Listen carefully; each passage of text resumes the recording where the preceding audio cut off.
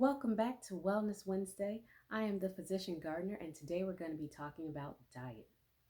So, when I say diet, I mean what are your eating habits? What type of foods do you eat on a regular basis?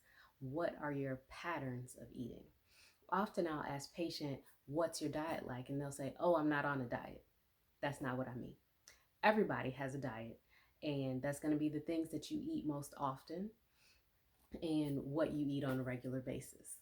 So when I ask people what their diet is like, after they look at me crazy and we clarify that I mean, what are your eating habits?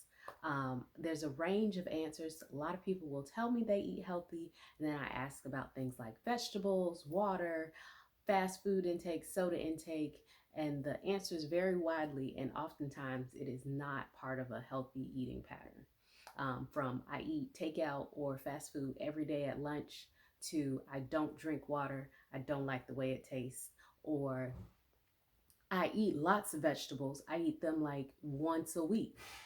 That's not the same thing. Lots and once a week is not the same thing. So, we're going to go over some general diet tips today. There is no one healthy diet that is going to fit every person. There's no one eating plan that everybody's going to be able to follow and work for them. And so there's some general guidelines I kind of want to give to guide you to things that you can incorporate into your diet that will lead to it being more healthful. And so to do this, I like the phrase that's been popularized, um, eat real food, not too much, mostly plants. I believe it was Michael Pollan who said that. And so, what does that mean? Eat real food. Well, in this day and age, we eat too much of what we call food like substances, things that we're told are food and that kind of look like food, but aren't really food. And I say really food in the sense that these things are chemically processed, made in factories. They are not natural at all. And so that's going to be your things like your highly processed meats, your processed grains, and things with processed sugars.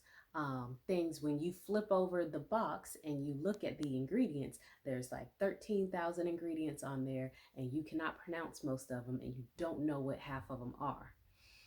And so those are the foods that we want to avoid. Highly processed or ultra processed foods full of chemicals, preservatives, other things that we don't know what they do to the body in the long term other than increase our waist size. Um, and so definitely want to limit your processed foods as much as possible. One good way to do this is to shop the perimeter of the grocery store. That's where more natural foods are found. So that's the produce section, the meat section, sometimes the freezer section, certain parts of the freezer section. There's a lot of processed food in there too. Um, but things that, aren't sitting on shelves with, months long expiration dates are usually going to be your more natural food and the food that should predominate your diet. So it, that's a quick, easy trick. Just stay on the perimeter of the grocery store and you should be able to get most of the foods that you need. The second point, not too much. So, not too much means not overeating. And I think that that is very difficult to do because nobody wants to count calories, nobody wants to measure or weigh all their food. And so, a simple way to kind of limit your portion sizes would be to use the My Plate method, which I'll discuss in another video, but basically breaks down your plate into half vegetables, 1/4 whole grain, 1/4 protein. Boom.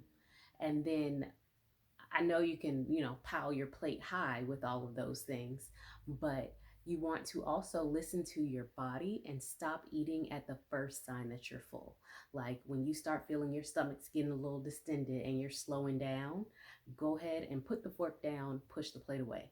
A lot of us, when we were little, we were told you can't leave the dining room table until you eat all your food. But I'm here to tell you, you do not have to eat all of your food. You are an adult now. You can make your choices and just push it back. You can put it in the fridge, and if you want it later, eat it later. If you're at a restaurant, get a to-go box. You don't have to eat everything that's in front of you just because it's in front of you. At the first sign that you're full, stop eating. It takes your brain a little while to catch up with your stomach. So if you feel like you're getting towards full, go ahead and stop, and you will be just as satisfied as if you had kept on eating. Also want to work on mindless eating, which is when we're just snacking just because we're watching TV and we're, putting food in our mouth just because it's a thing to do. If you're not hungry, don't eat. It sounds simple, but a lot of times we are bored, so we eat. We just go and you're just looking in the refrigerator. Is there anything to eat? Or you're in the pantry, like, what can I snack on? But you're not actually hungry. You just don't have anything else to do. So those are 3 things to help you with not eating too much. Using my plate, not eating when you're not hungry, and pushing the plate away at the first sign of being full.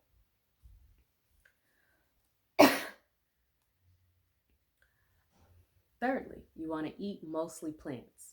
And so, as I mentioned my plate earlier. I'm going to do another video about that. But in general, 3/4 of your plate should be plant foods. So that's your whole grains, your fruits, and your veggies. That should take up most of your plate. You want to eat the vegetables and the fruits first, then your whole grains, and then you go to your protein as a way to kind of crowd out anything that's potentially less healthy or more fatty.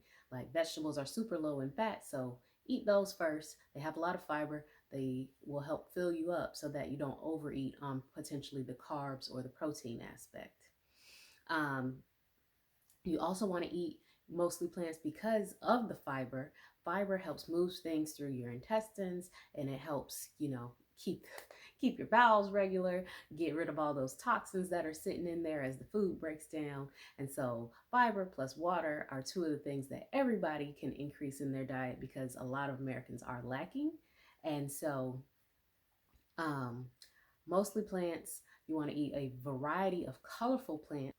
So yes, you also want to eat the rainbow, which means eating a variety of different colored foods.